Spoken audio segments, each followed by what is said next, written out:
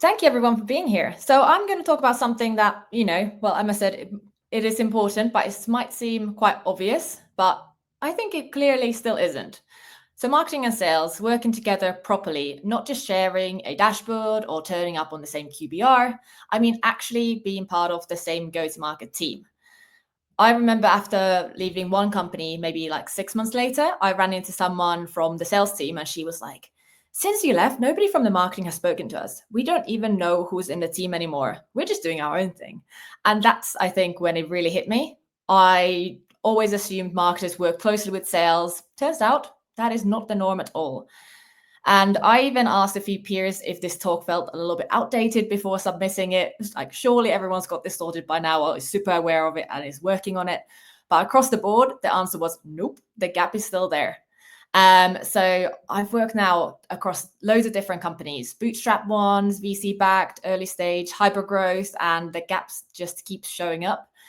And actually, a couple of weeks ago, I had someone reach out on through Growth Mentor again, Forty's platform coming up here, and asking for help with this exact challenge. So I think this is still really real. And look, I'm obsessed with all the new tools, the AI and automation. Love it. It's brilliant. But honestly, the most overlooked integration in B2B, I think, is still the human one between marketing and sales. So this is my personal playbook, what's worked, what's flopped, and how we as marketers can build stronger, more useful relationships with sales. And I'd love to hear your tips at the end too. So drop them in the chat and send them to me after. Obviously, there's always room for improvement, and I'm sure everyone's got their own way of doing things, but I'm sharing mine today. So moving on to my next slide. Just a little bit intro to me before we dig in any deeper. So at the moment, I'm working as fractional head of marketing at two cybersecurity companies. One is bootstrap and moving really deliberately, and one is a VC backed and growing fast. So I get to see very different sides of the same challenge. So that's exciting. I have, before that, spent now over a decade working B2B tech with companies like Speechmatics, Onfido, Tinybird, usually during these really messy middle stages where you're scaling fast and trying to keep the wheels on. And the threat throughout has been really go to market. Making sure that marketing isn't doing its own thing in a silo, but part of a motion alongside sales, BDRs, customer success, all pushing in the same direction. By the way, I will use BDR and SDR interchangeably. So if you get confused by that, I apologize. It depends on which company. I've used both terminology, but for me, I know people might say it differently, but for me, they are the same thing. So for the purposes of this presentation, just assume BDR and SDR stand for the same thing. But yeah, I've seen both the end of the spectrum, from teams where sales and marketing barely knew each other's names to ones where people genuinely enjoyed working together and shared their wins. And I can definitely say the latter is where the magic happens. And also, if you're wondering where the funny accent is from, I am actually originally from Finland, but I've been in the UK for the last 15 years. So that's a little bit about me, but let's dive into the actual topic. So we've all been there, I think. I definitely have multiple times, where you've launched the campaigns, pushed out content, sent the leads over, and then nothing happens. Sales is barely following up, or they do it really half-heartedly, maybe 2 weeks later, once the lead's already gone cold, and you start hearing, this lead isn't any good. Where did this even come from? Everything's starting to be questioned. And the truth is, I mean, sometimes they're right. And let's be honest, marketing started this. We were the ones sending out the ebook downloads, the webinar attendees, the scanned leads from events, sometimes even their full attendee list from events, because, hey, someone said we should hit the MQL target for this month. And someone else, maybe your boss, said, can we auto MQL the webinar people? It needs to look like it performed. And you might have thought, it's just this once. But even if it's just that once, the trust breaks. And let's face it, it's just never once, is it? And here's the thing. Sales and marketing is a relationship, and you break that trust, it takes ages to earn it back. And maybe it wasn't even you who broke it. Maybe it's the last marketing team, but the damage sticks around. And can you really blame them? Their salary, their commission, their rent is on the line. They're thinking about paying their bills, looking after their families. You are measured on campaign performance, most likely. This is where we have competing goals. That's why we just have to really own it, rebuild it, show that we care about the same things they do, not just leads, but really good leads, pipeline, revenue, the things that actually keep the business moving. So this is why I always make the KPI pipeline, never MQLs or leads. You can then have secondary KPIs such as inbound leads from contact sales or demo requests, but really you need to have alignment at least with the BDR/SDR function. I like to talk about that in detail in a bit. So if you take nothing else from this talk, take this as a actionable tip, I guess. Just show up. Now, I got pretty lucky early on. One of my first bosses suggested I should present weekly in the sales meeting, and I did that. Didn't really overthink it. It came quite routine. And so quite early on, I became that marketer who was always hovering around the sales team. But on all seriousness, I think that was kind of the magical tip. Like, seriously, sit on the sales calls, join the weekly meetings, even if you're not on the agenda, even if they forget to invite you. Ask to be there anyway. You can see their calendars. Go and tap them on the shoulder, being like, I'd like to join. They never tell you no. Sales leader will always be happy to have you there, even, if they're first a little bit confused, but you do need to have a chat with them. But that's where the real stuff lives. You hear the objections that never make it into Slack, the exact words the buyers are using, the moments where the rep stumbles or where someone on the other end clearly doesn't get it. And you realize that's the bit we're missing in our messaging. But that's not that's not just all the things you hear. It's all about the signals. Just being there changes how you're seen. You're not the marketing person that turns up twice a quarter with a deck and a deadline. You're part of the team. You're showing you care about their world. You understand it. And eventually they start to pull you in. Hey, join this call. This one might be tricky. That's when you know it's working. It's not flashy. It's really not scalable, but it's super real. And that visibility, that's how you start rebuilding the trust. So now, obviously, showing up is the first part, but isn't quite enough. You've got to add value too. So I always ask the sales leader for a regular 5-minute slot in their team meetings, not to present a big deck or anything, just 5 minutes to share what's coming up from marketing, why we're doing it, and mostly importantly, how it will help them. So relating it back to the sales world. And that's the shift. You're not dumping information, you're giving them useful, relevant context that they can actually use. It also shows transparency, that you're not off doing something random things in the corner. You're there, you're visible, and you're invested in their success.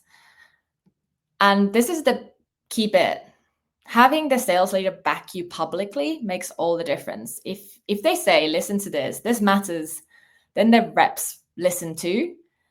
That little bit of air cover from the top makes everything so much smoother. So make sure that you're really building that relationship as well. Now, this might sound simple, but it's something most of us skip. You've got to build real human relationships with the sales team. So one of the first things I did when I joined a new role as head of demand gen was march straight over to CFO and ask for extra budget. Not for ads or software or anything like that, but for a sales and marketing social. So we booked out a few lanes in Flight Club, had some drinks, threw some darts, and honestly, that night or the afternoon, realistically, changed everything. It gave me and even the existing marketing team a chance to just connect with the sales reps as people, not the other team, just as colleagues. We had a laugh, found common ground, and after that, the vibe in the office started to shift. They liked us, we liked them. That meant we were suddenly more approachable. People started to give us the benefit of the doubt. And because they trusted us more, they started giving proper feedback. Not the filtered, not the defensive stuff, just the honest things that we could actually work with. And from there, we started to feel like one go-to-market team instead of two siloed departments. And that's also why I always go to sales socials. To be honest, they're really fun. That's also the reason. But even if it's after hours, and even if I'm tired, I've once gone to sales social over a marketing one. Sorry, marketers. The salespeople they do really good socials. But actually, because showing up matters. If they see you as real part of the team, they are far more likely to bring you into their world. And that's what really the real impact starts and the trust is being built. Another thing I try to do when I join a company is book time with every single individual rep. Not a group session, not a lunch and learn, proper one-to-ones. Maybe grab a coffee. It is my way of saying, I'm here, I'm listening, and I'm not here to make your life harder. And these early chats are the best time to do it. You've got a clean slate. None of the frustrations are at least directly aimed at you yet. So they can be open. You get to hear what's working, what's not, what they've been holding in, and that's gold. And during these one-to-ones, I'm really clear about how I also work. So it's not all about them. I tell them, if you don't get what we're doing, why we're doing something, if you disagree, or if there's something feels off, you have to come to me. You message me, you grab time in my diary, whatever, but I will always make time to explain the thinking. And if you're right, and there is something we should change, we'll change it. But you have to come to me. You can't talk about us behind our backs. That's not helpful. We're in this together. If something's not working, we'll fix it, but we won't know to fix it if nobody says anything, right? And I have that candid conversation every single time. So, but you have to always stick to it. You can't just say my door is open and then never respond to messages. You've got to mean it and ask for input regularly. Bring them into planning. If it's their territory, especially, show them that they've got a say. I also do the same thing with every new joiner. And even better if you can be part of the interview process, that really showcases that you are one go-to-market function instead of two separate ones, and kind of sets the tone early on. So in my early roles, I was lucky enough to sit right next to the SDR/BDR leads. Honestly, just being near them day in, day out, hearing how they qualified leads, where they got stuck, what they moaned about, what made them happy. It gave me really a front row seat into that world.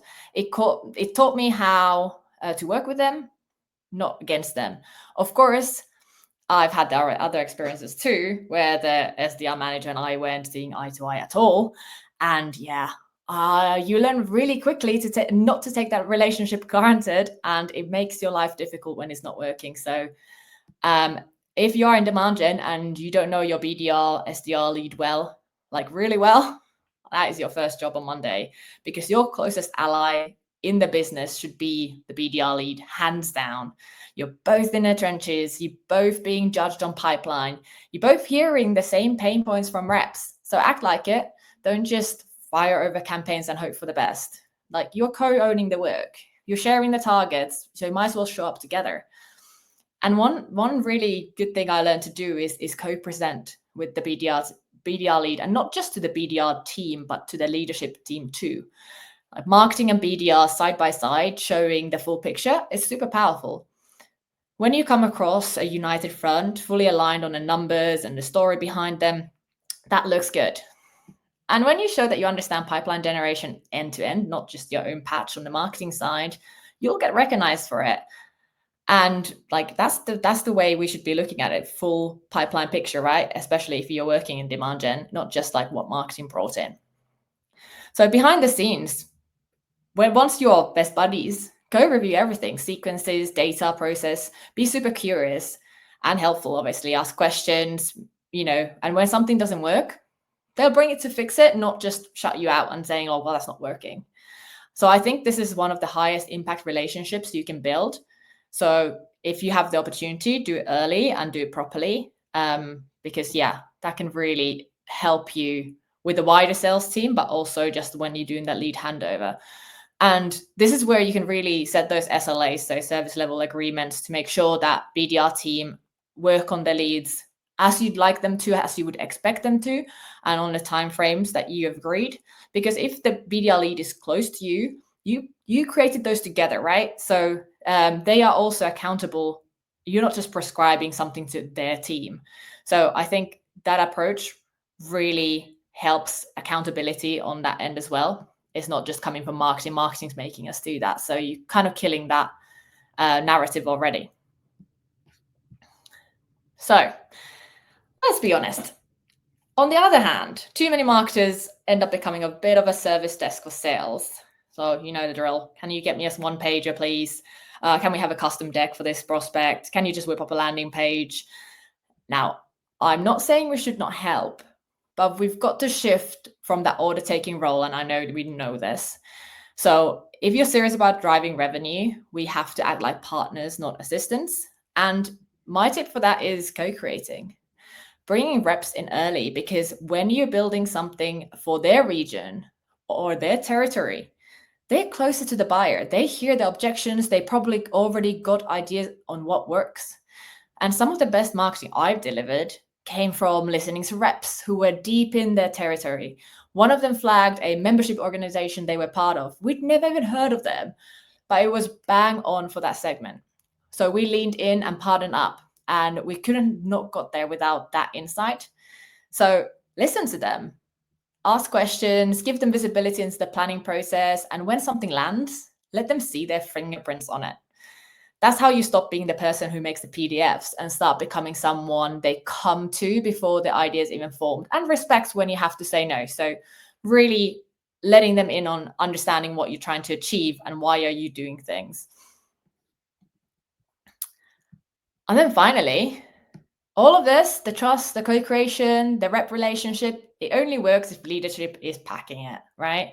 You got to align with sales leadership early, sit down, be clear on the goals, and just as importantly, be clear on the trade-offs. What are we not doing? What's going to have to wait? Because otherwise, everyone assumes everything's a priority. You end up spread too thin, doing half-baked work. We all know this stuff. But it's very important that the sales leadership has that trust in you as well as the team. And on kind of the same note, don't fall into the trap of reporting on activity just to keep people happy.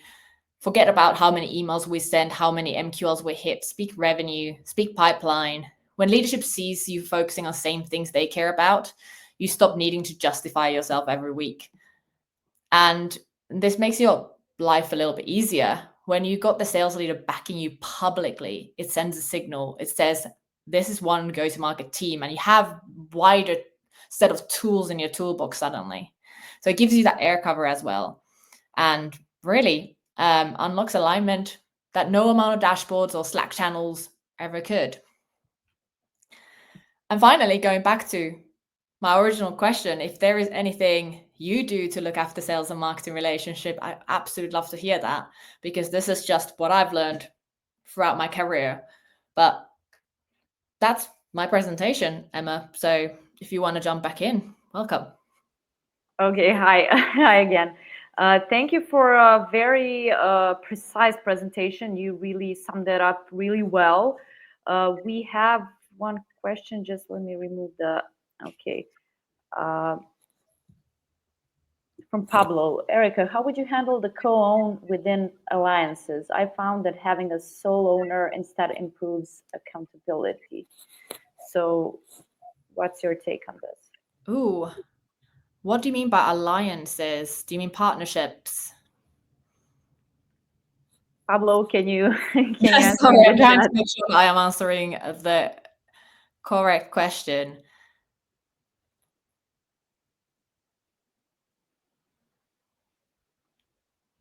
Sorry, now it's like typing to explain. From your alliances slide. Oh, I see. So an alliance is on BDR leaders, SDR leaders. Okay, so that's what I was referring to. So co-own, I guess when you look at pipeline, for example. If if you have especially outbound BDRs, SDRs, and marketing bringing that inbound. So really not saying, well, that's none of our business. You're failing here, and we are doing well, so we don't have a problem. But really saying, are we actually, as a full go-to-market team, are we hitting our targets? Not necessarily just saying, well, too bad you weren't. We are. So really co-owning all of that program and the go-to-market motion instead of separating out, being like, I've looked after my patch. I don't need to, worry about yours, but working on together. And then obviously presenting on together as well, because like I was alluding at the end, because yes, marketing's job is to get certain things working. However, really what the business is looking for. Whatever works, let's make that grow. So you have more tools in your toolbox when you bring all that together, as especially in demand gen, which I feel like sits more between sales and marketing than fully in just like we just do the marketing stuff. Mm-hmm. That's where I would say co-owning how I would handle it. Hopefully that's your question, Pablo. It's a mutual job, definitely. Both parties need to be aligned. And what's your tactic to get sales truly excited about a marketing initiative? Like, I think just kind of what I was alluding there before, bringing them on the journey as early as possible. Of course, I'm not saying that's necessarily come and brainstorm with us, but either leaning into their expertise, if it's touching their territory, using their expertise, letting them know that this is what you're looking at, this is what's happening. Sometimes creating a few sales champions that really maybe have lunch with them and tell them why you're excited about this, get them excited so that can really go through the whole team. Instead of them being like, well, I'm just hearing about it. And, I'm thinking it's not my favorite thing, and it's not exactly. So creating a few champions on the way, I think really helps. But if someone owns a territory, if they already know, using the expertise, and then, like I said, kind of have them see their own fingerprints on it, saying like, oh, that was the thing I was suggesting. Of course, give suggestions only, but if you can, give them the credit. Okay, thanks. And how do you handle misalignment when it comes to lead quality or pipeline expectations? So no, and that's where you really start from the top, right? You agree those targets with the sales leader, with the BDR leader, and make sure that you have understood why you came up with those together. Then kind of trickling down what the expectations are. They need to be on your side, and this is the alliances part, is the fact that they need to know, why are you sending these leads, what are the rules, and if they are seeing, they deal with you. So where I've had before, we have had bad leads go through for sure a lot of times, but when I've had that really good relationship, the BDR leader has come to me and said, look, I'm seeing a few really not great leads coming through, wonder why that is. And we've gone to the systems, looked at it together with ops team and being like, okay, what is triggering here? Because we're not wanting to send those through. And we've just fixed it. And they've then communicated to their team saying, look, it's under control, it's not intentional, and I'm with it to fix it, right? Instead of just being like, oh my God, marketing's sending us not so good leads. So giving us really the opportunity to react to it as well. Whereas on the other hand, if I've been in a situation where that relationship wasn't as successful, you would easily have even a BDR leader saying to their team, oh, well, you don't have to work those. You can skip it. Oh, yeah. And then inform you later. Yeah, sorry, we just decided not to touch those. And we're now marking everything that way. And you're like, wait, what's happened here? I think that's the whole difference on the relationship build. You have to be friends and communicate regularly. Like that's the whole point. I mean, maybe not friends, but you need to be in a close relationship to know what's going on both sides. Yeah, definitely. Yeah, generally just go and pull a chair and sit next to them if you physically can, or put a twice a week meeting in if you're remote. It's the, like I was saying, non-scalable tactics that usually on human relationship builds is the ones you have to do to really, make it work.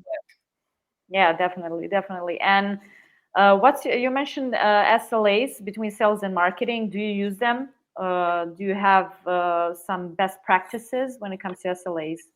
Yeah, so definitely SLAs are great, but they have to be set with the BDR leader or a sales leader, whoever they're, is going to, an agreement, because they need to co-own it. Again, it can't be marketing prescribing and saying, oh, you know what, like we just said you have to get them back in 15 minutes. And they're like, yeah, in what world? Yes, that's ideal. And we know it, and we've, read it somewhere, or we know it by, because it's a fact, it's not necessarily in question, but you have to work with the mechanisms. So if you sit down with the BDR leader, again, having that good relationship, put together an agreement, and I guess, service level agreement already has the word agreement in it. Of course. So making sure that this is then co-owned again, and they know that they're accountable, but we're the ones announcing it. So I would possibly make them announce it too, not the marketing team, because that just resonates better, being like, well, their manager is saying, this is what we're doing now, instead of marketing sort of telling us what to do again and how fast we need to work on it, which is hard. So yeah, co-owning that. Yeah, definitely. And one last question before we bring another speaker to the stage. What do you see as the most common breakdown between marketing and sales today? I know that this depends on a company, on the structure, on many different things, but what do you see as the most common breakdowns, most common problems, issues? Why do marketing and sales don't understand each other in all times? Yeah, I think it's genuine distrust of and misaligned goals, and the distrust coming from that. So it's often I hear that, oh, it's great to have marketing here, but like they're not going to help me necessarily, or the expectations are unreal, where you are like, well, they are supposed to, make sure that I hit the quota. So making sure that, you have an understanding of what the goals are on leadership level, and that is clearly communicated downwards as well. What is marketing doing? But that's why I say pipeline. And then you can argue, sure, early stage pipeline, late stage pipeline. What is the point when marketing can pat themselves on the back and say we've done, the right things? Not necessarily good enough job. We obviously know if company's doing well, but good enough job to say, you know what, phew, that went well. And it needs to be earlier than revenue, just because otherwise the ship is too slow to turn. But at the same time, it can't be, at the point of like sending the leads in, because that is not an indication of good job. So we all need to have same understanding of what that looks like.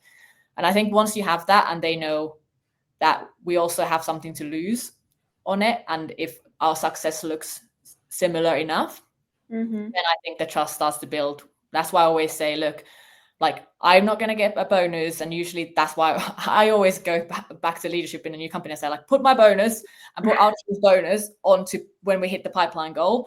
Basically, when the BDRs, not individuals, but as a team, get paid. That's what we want also. It's not the same structure, I get it, but at least they know we've got also money on the line. And it might sound harsh, but that even instantly, once BDRs and sales reps, AEs realize that, I can see the relief. They just go, okay, so you have something to lose here. And I think that changes things, definitely. The situation changes immediately. Yeah, that's a good conclusion. And thank you for being part of Demand Conf 2025. I think it was a really, really good presentation, and I'm sure that people are going to rewatch it a few times. So I'm wishing you a great day, and now we're going to greet another speaker, our next speaker. Thank you, Emma. Have a great day. Bye.